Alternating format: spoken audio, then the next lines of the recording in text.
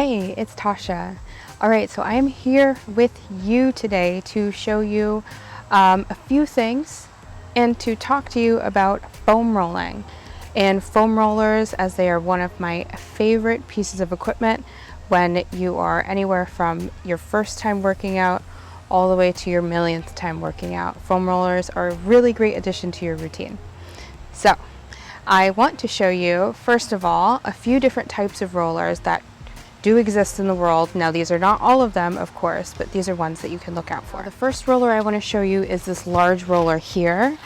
This is a roller that looks a little bit more like a foam. As you can see, it's a little bit squishy. The density, and this is one of the biggest things about foam rollers, is that each of them has a different type of density. Now, the higher the density, the more intense the rolling would be.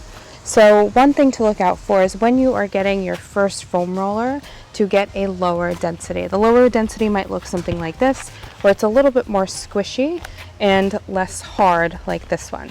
This roller right here has a lot of little rivets, as you can see. Boop. So all of these rivets are ways to get a little bit deeper into the muscle. So for someone who has a lot of muscle mass or has more experience in foam rolling, and maybe one of these rollers kind of doesn't really do the trick, you don't really feel anything, then maybe something like this or a higher density roller like this would be better. Now, this last one is similar to this one, except that it is more of a travel roller. This one also is a little bit harder as well. But essentially you would be using it for the same thing, and you know, it's just a smaller size. I'll show you a few things that we can do with it, but there you go.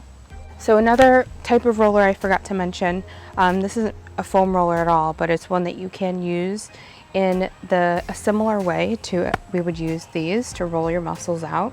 And this one is a lacrosse ball. You can get these at so many places, especially online, or at any store such as, you know, Target, whatever.